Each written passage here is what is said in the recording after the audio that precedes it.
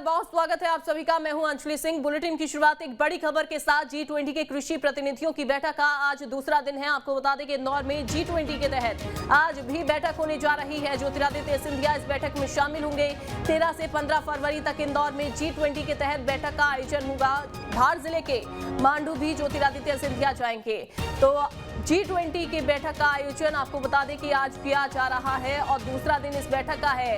इसके अलावा इंदौर में G20 के तहत आज भी अहम बैठक होने जा रही है, जिसमें तमाम मुद्दों पर चर्चा होगी। ज्योतिरादित्य सिंधिया इस बैठक में शामिल रहेंगे।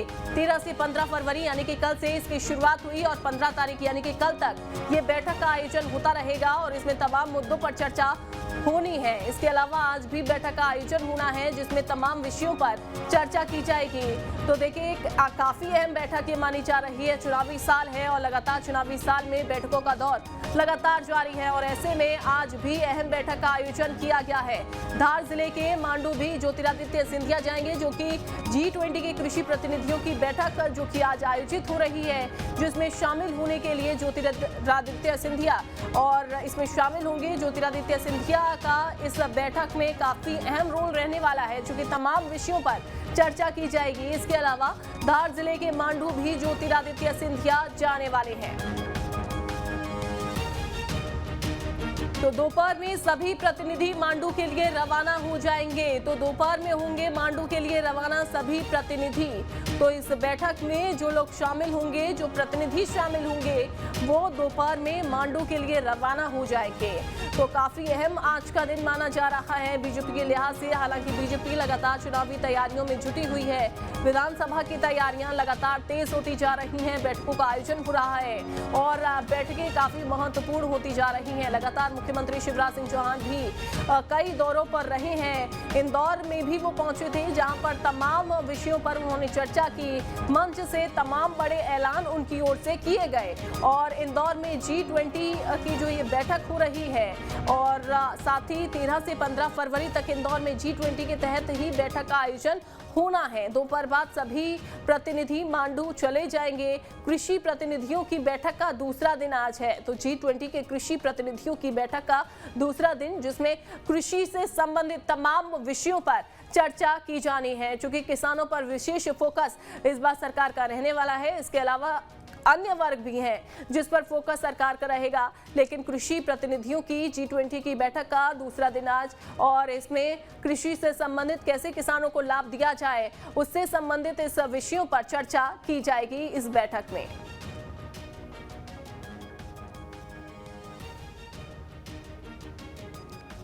तो इंदौर से ये बड़ी खबर आपको बता रहे हैं। बैठक का आज दूसरा दिन है। G20 के कृषि प्रतिनिधियों का बैठक आज होने जा रही है और इस बैठक का दूसरा दिन। उसके बाद आपको बता दें कि वहीं पर धार के मांडू के लिए रवाना ज्योतिरादित्य सिंधिया हो जाएंगे और सबसे पहले तो बैठक में वो शामिल होंगे। बैठक में शामिल होने के बाद फिर मांडू के लिए रवाना होंगे। तो मांडू के लिए रवाना होने के बाद वहां पर भी शायद बैठक हो सकती है। चलिए, हमारे संवाददाता जुड़ गए हैं मिथिलेश, उनसे ज्यादा जानकारी हासिल कर लेते हैं। मिथिलेश, लगातार बैठकों का आयोजन हो रहा है और आज भी एक बैठक होने जा रही है, जो कि कल भी बैठक ये जारी रहेगी। सबसे पहले तो बैठक को लेकर अपडेट दीजिए।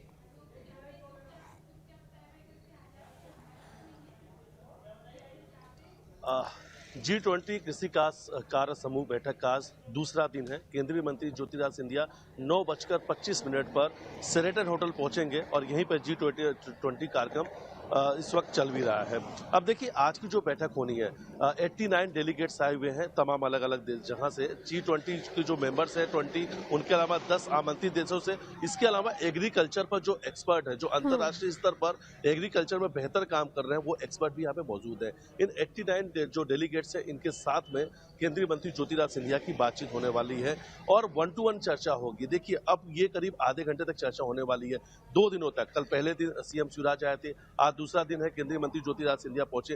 2 दिनों तक इस बात पर विचार विमर्श किया जा रहा है, मंथन किया जा रहा है कि आने वाला जो समय एग्रीकल्चर में नई टेक्नोलॉजीज का किस तरीके से उपयोग कर सकते हैं। खासतौर पर जो जैविक खेती है, प्राकृतिक खेती, नेचुरल खेती जिसकी बात की जा रही है, ऑर्गेनिक खेती, इनको किस तरीके से बढ़ावा किया जा सकता है। और सबसे बड़ा मंथन यह है वैश्विक स्तर पर खाद्य सुरक्षा किस तरीके से अब पूरी दुनिया को प्रदान किया जाए। भारत कृषि प्रधान देश है और इस वक्त G20 का जो सबसे बड़ा मंथन एग्रीकल्चर में चल रहा है वो इंदौर में चल रहा है। कल की अगर बात की जाए तो इसमें एक्सपर्ट के अलावा कुछ ऐसे लोग आए थे जिन्होंने फार्मिंग की दिशा में बेहतर काम किया है। सबसे बड़ा नाम था लहरी बाई की अक्सर बात करते हैं मिलेट्स को लेकर प्रधानमंत्री नरेंद्र मोदी। वो खुद उनके मिलेट्स के लिए जिस तरीके से फार्मिंग कर रही है उसके वो मुरीद है।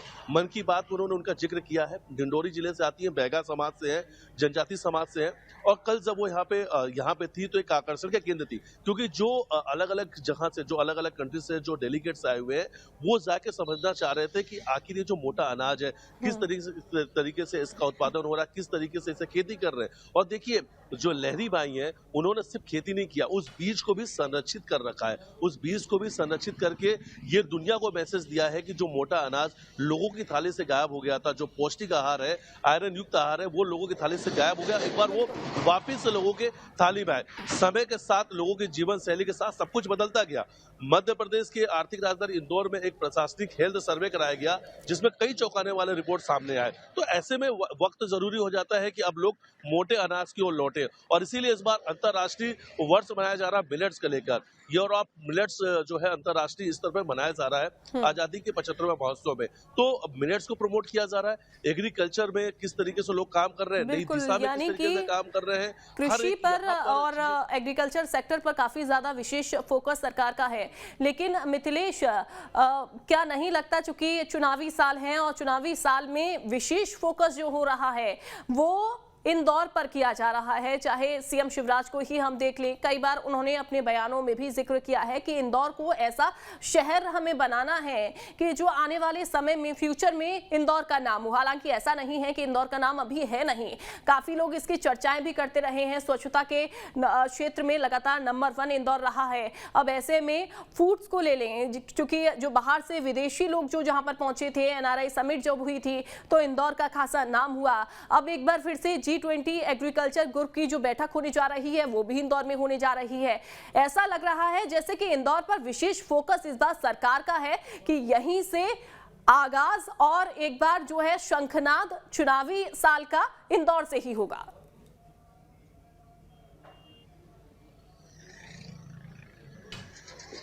हाँ जी, बिल्कुल सही कहा आपने कि 2023 का जो है ये चुनावी साल है और शुरुआत भी हो चुकी है क्योंकि सबसे पहले यहाँ की अगर शुरुआत की बात करें तो 2 महीना पहले ही जब बीजेपी के राष्ट्रीय अध्यक्ष हैं वो जब यहाँ पर पहुंचे थे और उसके बाद से ये माना जा रहा था कि जो चुनावी संगनाद है उसकी इंदौर से शुरुआत हो चुकी है। अब देखिए मध्य प्रदेश की आर्थिक राजधानी इंदौर है, देश का सबसे स्वच्छ शहर इंदौर है, खान पान के लिए मशहूर शहर इंदौर है, प्रधानमंत्री नरेंद्र मोदी के पसंदीदा शहर में इंदौर का नाम आता है और अक्सर लोग अब इंदौर को एक ग्रोथ यानी विकास की ओर बढ़ता हुआ देख रहे हैं। अगर मध्य प्रदेश की जो पहचान है पूरी तरीके से इंदौर से स्थापित हो चुकी है और इसलिए इंदौर को ही फोकस किया जा रहा है। अब इंदौर में जितने भी कार्यक्रम हुए वो सफल कार्यक्रम रहे। जो लोग यहाँ पे आए इंदौर से बहुत कुछ यादें अपने साथ लेकर गए, इसलिए एक के बाद एक बड़े कार्यक्रम का आयोजन इंदौर में किया गया। अब देखिए जो आज मांडू की जो आज यात्रा है, जब जैसे ही यहाँ पे सेशन खत्म होगा ज्योतिराज सिंधिया का, उसके बाद में करीब 1 घंटे बाद यहाँ से जो पूरे डेलीगेट्स हैं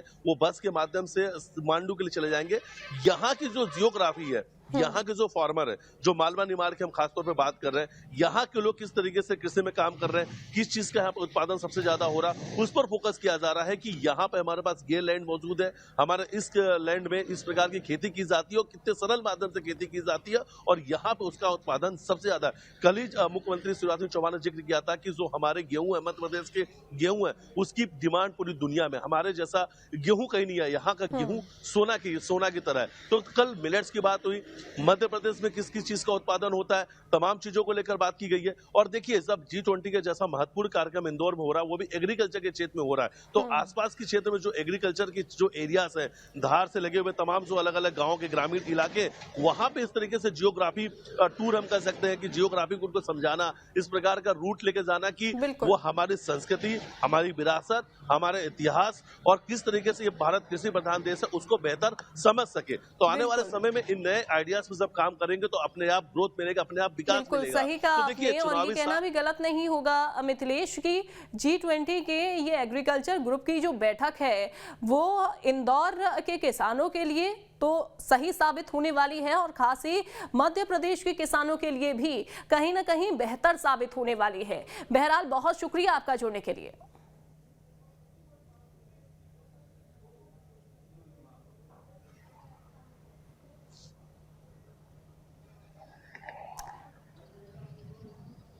तो बिल्कुल G20 एग्रीकल्चर ग्रुप की बैठक का आयोजन आज हो रहा है और इसमें एग्रीकल्चर सेक्टर से जुड़ी तमाम विषयों पर चर्चा की जाएगी, जिसमें किसानों को खासा लाभ